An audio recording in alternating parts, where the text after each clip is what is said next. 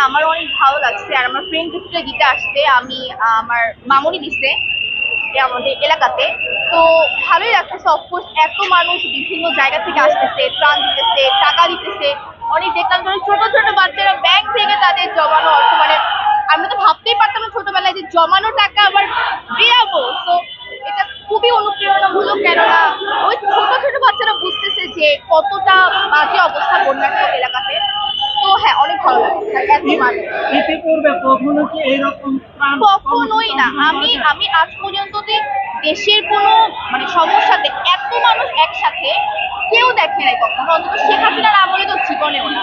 তো নতুন বাংলাদেশে, স্বাধীন বাংলাদেশে সবাই আমরা একসাথে, মানে সরকার লাগবেই কেন যখন আমরা সবাই একসাথে আছি।